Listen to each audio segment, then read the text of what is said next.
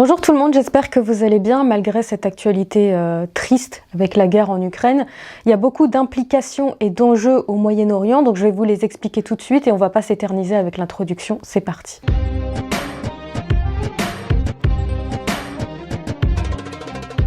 Alors c'est vrai que l'attaque de l'Ukraine par la Russie a créé un effet de sidération. Il y en a beaucoup qui ne s'y attendaient pas ou beaucoup qui pensaient tout simplement que Poutine n'en était pas capable. Sauf que ça fait des semaines, voire des mois que les Occidentaux s'y préparent. J'en veux pour preuve que déjà, tous les regards étaient tournés vers le Qatar.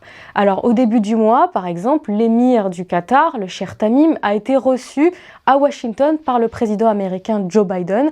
Donc il a été bien sûr question de leur relation bilatérale. D'ailleurs, à cette occasion, Joe Biden a désigné le Qatar comme l'allié majeur des États-Unis non membres de l'OTAN. C'est quand même pas rien, c'est hyper symbolique. Mais en plus, ils ont discuté de la possibilité pour le Qatar de fournir l'Europe en gaz. À cette époque, il n'y avait pas encore de guerre en Ukraine, donc il y avait deux scénarios qui étaient envisagés.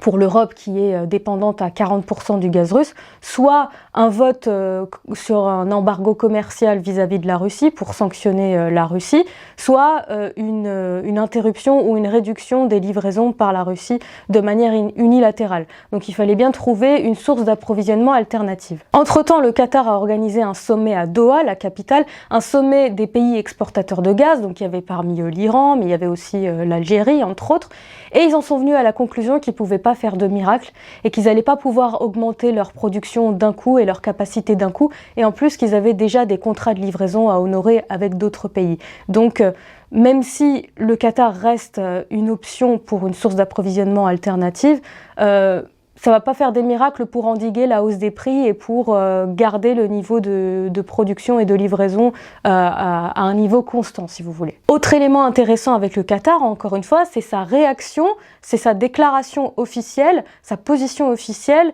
vis-à-vis de l'attaque de la Russie en Ukraine. Là où beaucoup de pays occidentaux ont condamné une agression, une violation de la souveraineté de l'Ukraine, le Qatar s'est contenté d'appeler à une solution diplomatique et à privilégier une solution diplomatique plutôt que militaire. Et cette position du Qatar, elle est très révélatrice de la position en général des pays du Golfe qui se sont confrontés à une sorte de dilemme parce qu'ils ont toujours été des alliés incontournables des États-Unis, mais ils se rapprochent de plus en plus de la Russie en fait. Donc là, il fallait choisir un camp. Donc le Qatar n'a pas condamné l'agression et a appelé à une solution diplomatique.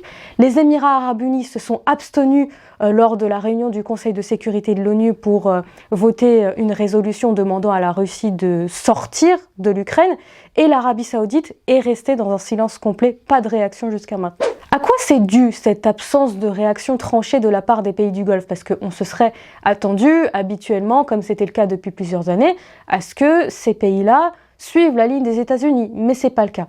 Alors ce qu'il faut savoir, c'est que depuis plusieurs mois, voire plusieurs années, l'Arabie saoudite et les Émirats arabes unis ont des relations moins fortes avec les États-Unis. Je vous avais expliqué dans une de mes précédentes vidéos que les Houthis, donc qui sont l'un des belligérants dans la guerre au Yémen, dans laquelle les Émirats arabes unis et l'Arabie saoudite sont engagés, ont attaqué plusieurs fois l'Arabie saoudite, notamment des infrastructures pétrolières.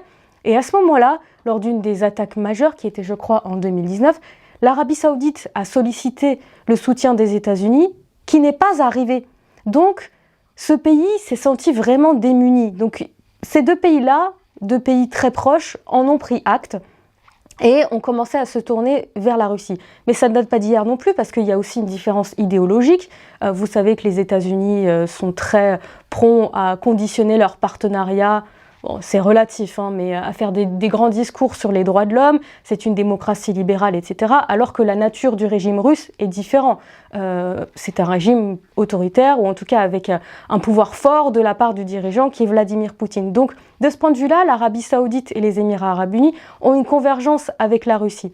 D'autre part, avec l'arrivée de Joe Biden au pouvoir, ça a tranché avec Donald Trump, qui était beaucoup plus proche de l'Arabie saoudite et des Émirats.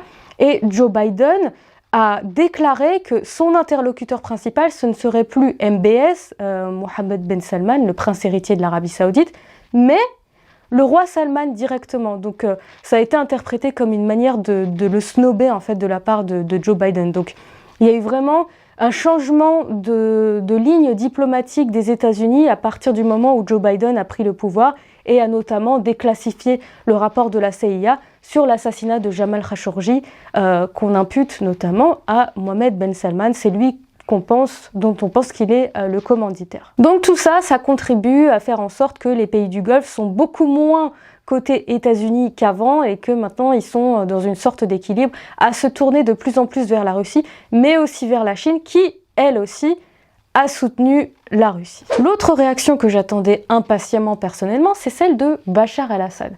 Alors Bachar el-Assad, il a eu une position complètement cohérente et logique vis-à-vis de ces dernières années, puisque la Russie est le seul pays qui a été de son côté et qui l'a soutenu militairement et qui l'a aussi aidé à se maintenir au pouvoir. Donc sans surprise, Bachar el-Assad a soutenu l'opération militaire de la Russie en Ukraine en disant que c'était une correction de l'histoire, puisque pour Vladimir Poutine, l'Ukraine est normalement voué à appartenir à la Grande Russie ou à l'Union soviétique et c'est une création de Lénine. Enfin, vous avez vu tout ça dans les médias.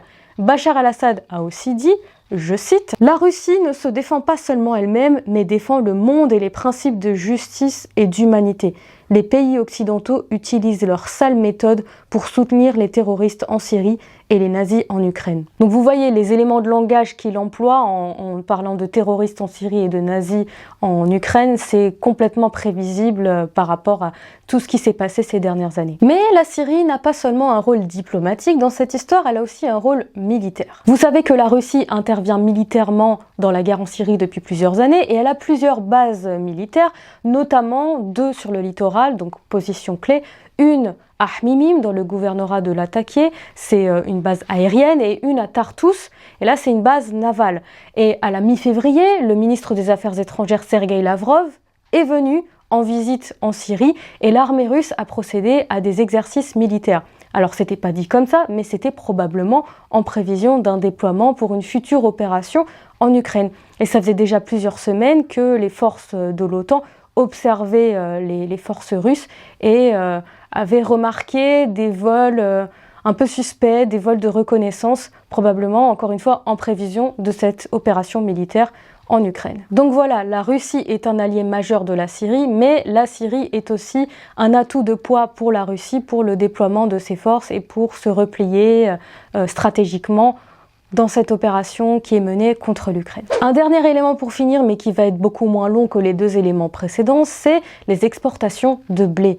Sachez que l'Égypte et le Liban notamment sont dépendants, pour l'Égypte à 80% et pour le Liban à 50% des importations de blé venues d'Ukraine et de Russie. Donc cette guerre risque de leur causer des pénuries. Et tout ce que je dirais, c'est que c'est assez ironique parce que dans l'Antiquité, moi qui adore ça, vous le savez, l'Égypte était considérée comme le grenier à blé de la Méditerranée. Voilà, j'espère que cette vidéo vous aura intéressé. Je ne sais pas comment vous vivez les événements actuels. Ne restez pas trop branchés à l'actualité parce que c'est très anxiogène. En tout cas, moi personnellement, quand Vladimir Poutine a fait son discours avant d'attaquer l'Ukraine, ça m'a fait penser un petit peu à la manière dont Saddam Hussein avait envahi le Koweït dans les années 90, qui a déclenché la première guerre du Golfe. C'était un petit peu les mêmes raisons qui étaient invoquées parce que l'Irak, ou une grande partie des Irakiens, n'ont jamais digéré le fait que le Koweït ait été créé alors qu'ils considéraient ce territoire comme pleinement irakien. Donc l'Ukraine, symboliquement, c'est un peu le Koweït de la Russie. Voilà, je vais terminer là-dessus. Je vous embrasse, prenez soin de vous et à plus tard.